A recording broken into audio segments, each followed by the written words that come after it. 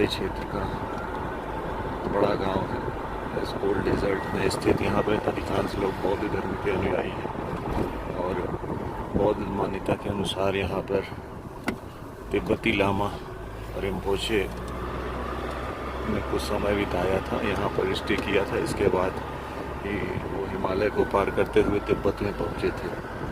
तो झारकोट गांव का विशेष महत्व है यहाँ पर मुक्तिनाथ की ओर अब हम लोग आगे बढ़ रहे हैं। सामने आपको बर्फीली चोटियाँ दिखाई दे रही हैं।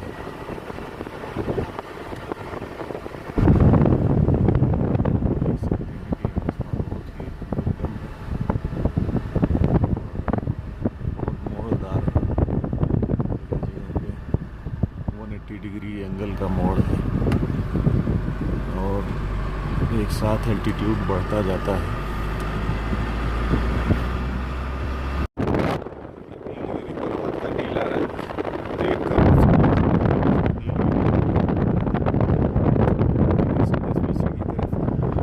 और पीछे की ओर होने के कारण यहाँ पर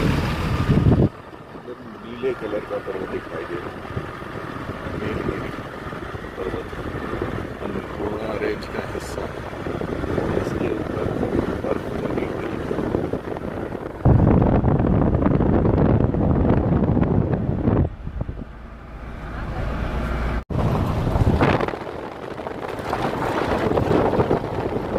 अभी हम लोग जोमसोम से मुक्तिनाथ के पथ पर आगे बढ़ रहे हैं।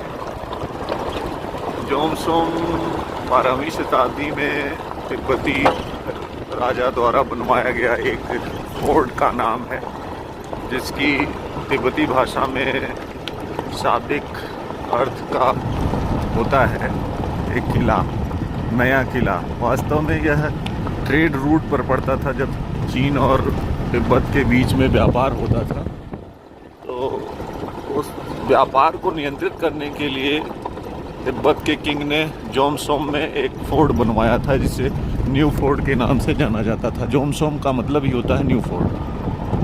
और तब से यहाँ पर एक बस्ती का विकास हुआ। वर्तमान में यहाँ पे लगभग 10,000 की पॉपुलेशन निवास करती है। अधिकांशतः इसमें बौद्ध धर्म के अनुयायी रहते हैं। अब हम लोग सुबह 6:30 बजे के आसपास जोमसोम से मुक्तिनाथ के मार्ग पर आगे बढ़ चुके हैं। आप देख सकते हैं जो आपको पर्वत दिखा रहा हूँ, ये धौलागिरी पर्वत है। हिमालय रेंज का ही एक हिस्सा है। इस पर्वत की ऊंची चोटियों पे बर्फ जमी हुई है और यहीं से ही पिघल कर बर्फ वाटर के रूप में काली गंडकी नदी में समाहित हो जाती है, जो कि इस धौलागिरी पर्वत का स्वरूप काला रंग लिए हुए है। इसमें एल्यूमिनियम और आयरन के ओर्स अवेलेबल हैं, जिसके कारण जो बर्फ़ पिघलती है उसका रंग भी काला हो जाया करता है। तो इस वजह से इसको काली गंडकी रिवर के नाम से भी जाना जाता है। तो जोमसोम से मुक्तिनाथ तक का मार्ग बड़ा ही रोमांचक है। सूरज की किरणें पूरब की दिशा से जब धौलागिरी पर्वत की ऊंची चोटियों पर पड़ती हैं तो दृश्य बड़ा ही मनोरम हो जाता है। और सोने में सुहागा तो तब होता है जब काली गंडकी रिवर का काला जल आपको अपनी ओर आकर्षित करता है। तो आप देख सकते हैं यहाँ एक कोल्ड डेजर्ट का हिस्सा है। वास्तव में ये मुस्तांग जो ज़िला है वो गंडकी प्रदेश है नेपाल का, उसका एक हिस्सा है।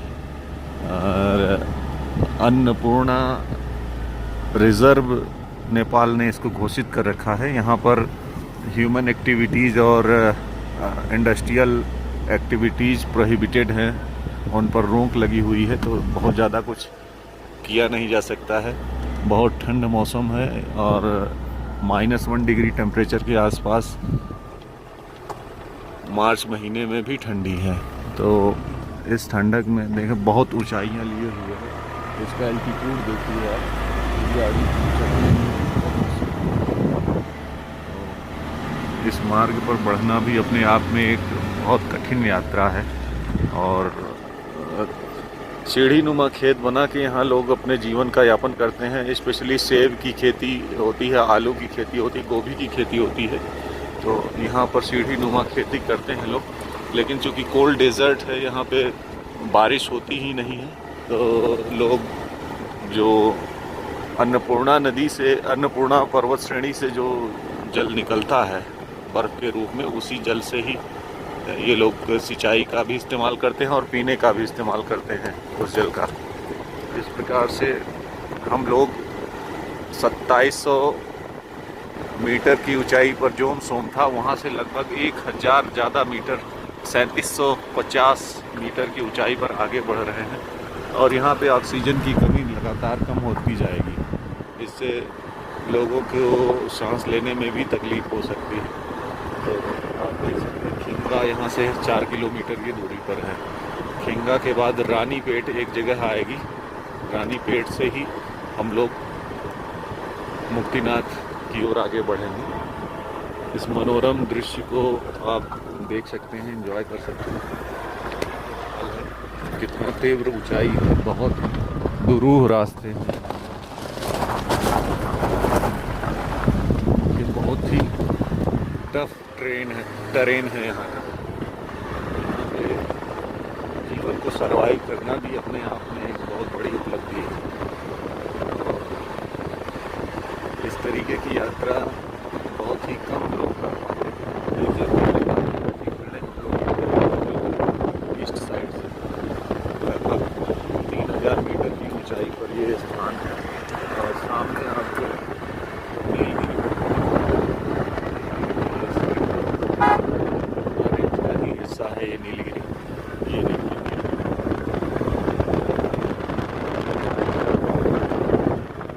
चूँकि ऑक्सीजन धीरे धीरे बहुत कम हो रही है यहाँ पे, लोगों के रहने के लिए स्थान है।